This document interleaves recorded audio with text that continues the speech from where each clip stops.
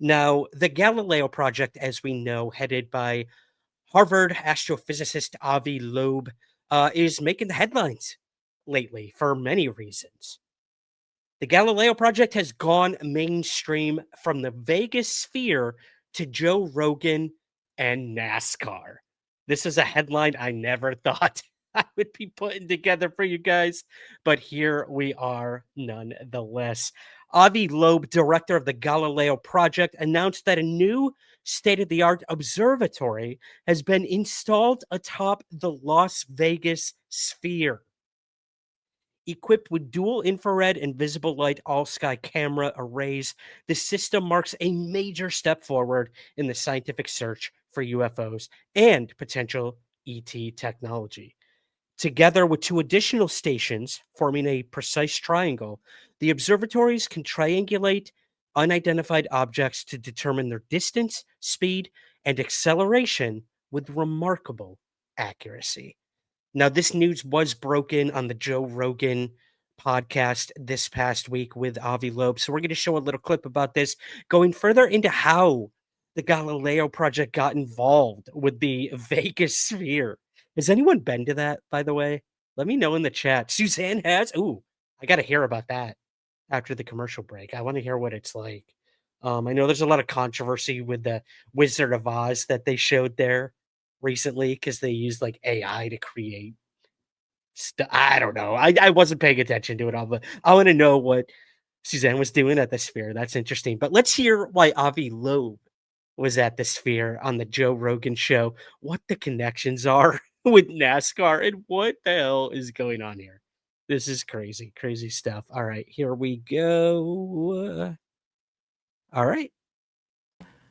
Is about Sphere in Las Vegas. As you know, it's the most impressive venue for entertainment in the world. Have you been there? Have you seen a show there? I'll tell you. Not only I've been to the top of the Sphere, which is like 120 meters high. Here you see me from inside the Sphere. This is the exosphere, by the way. It's covered with LED displays. We went all the way to the top. Why? Because a year ago, two very distinguished visitors came to the front door of my home. By the way, lots of interesting people show up at my front door. This was Jim Dolan, who owns the Madison Square Garden, as you know, and also the Sphere. And Jane Rosenthal, the CEO of Tribeca Enterprises. And they made me an offer that I cannot refuse. And they said, would you be able to put a Galileo Project observatory? I'm leading the Galileo Project to look for unusual objects around the Earth.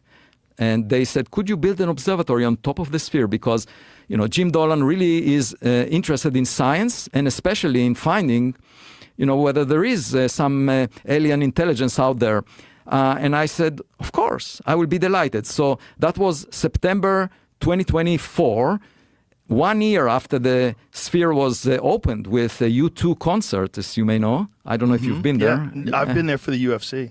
Yeah, yeah, UFC, exactly. Yeah. So anyway, I was there just a few months ago with my research team. We went all the way to the top and installed, as you can see here, an array of infrared cameras that monitors the entire sky above Vegas at all times. So you can see some of these images show the landscape of Vegas in the background. It's like a freckle, you know, on top of the sphere, the exosphere, right, which is the biggest display on Earth, you know. Right. But we measured that there is not much light pollution, actually, and we can operate this observatory. We also put an array of visible light cameras there, and it's operating, okay? And we hope to see a few million objects over the sky of Vegas and decide whether any of them has performance that deviates from the envelope of human-made technologies.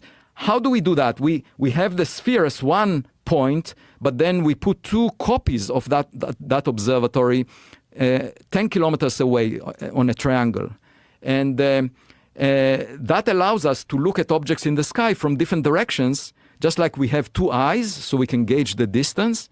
So here we have three eyes looking at the sky above Vegas, and we can tell the distance, the velocity, the acceleration of objects, and ask whether they are lying within the performance envelopes of human-made objects. And that would be amazing. It's very exciting. I see that also as an opportunity to communicate to the public the excitement about science. That's what Jim Dolan and Jane Rosenthal really wanted to deliver. And I'm hoping that we will find something really anomalous, because as we know, the intelligence agencies are reporting to the US Congress about objects they cannot identify. And, that could be two things.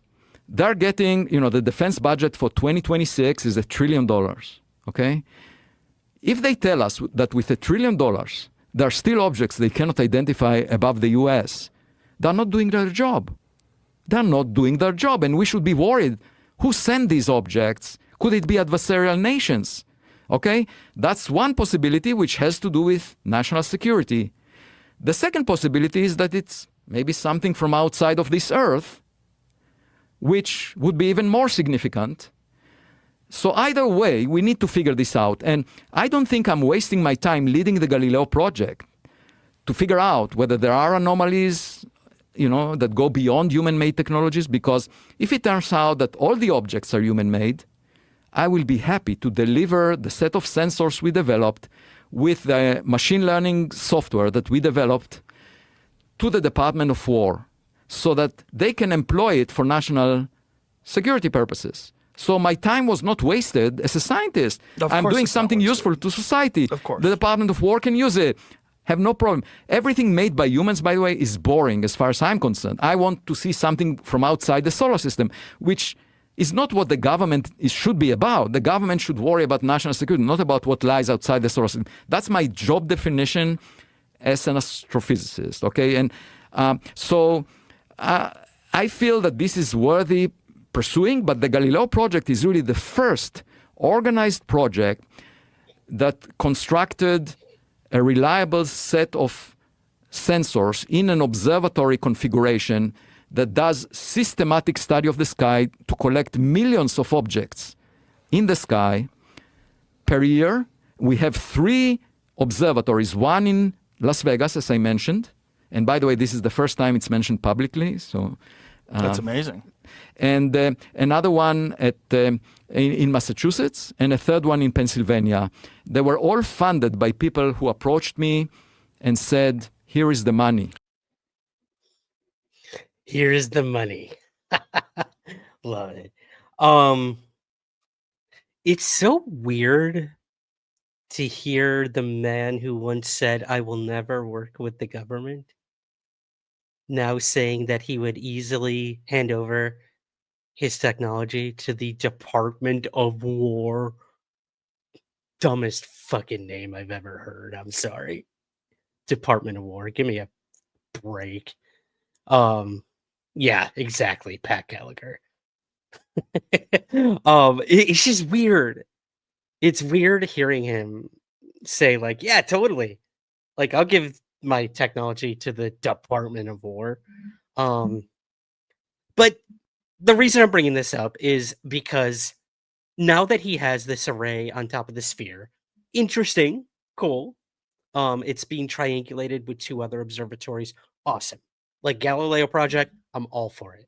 I'm all for getting the word out there about the Galileo Project. There are hundreds of students working on the Galileo Project, advisory board members, other scientists, members of SETI. Like, this is a valiant effort. Will it remain valiant is my question. And who's going to get their hands in the pot of this? I hope not the government. I can tell you that much. But the real reason I bring this up is because it has gone mainstream. Avi Loeb was now on Joe Rogan talking about it. Vegas now has one of his things there. But that's not it. Because now NASCAR is involved with the Galileo Project. This is crazy. So Avi Loeb just wrote an article over on Medium about this. He just attended a NASCAR race in California, and he had this to say in the article. This is interesting. On October 25th, 2025, I attended the NASCAR race in Bakersfield, California. The racers were all ecstatic about the interstellar object, 3I Atlas, because of its high speed of 68 kilometers per second on its approach to perihelion on October 29th, 2025. 3I Atlas is 600 times faster than the best of these NASCARs.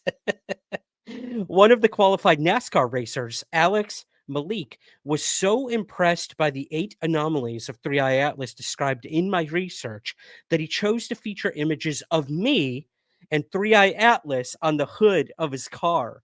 He labeled it the first interstellar car in NASCAR's history.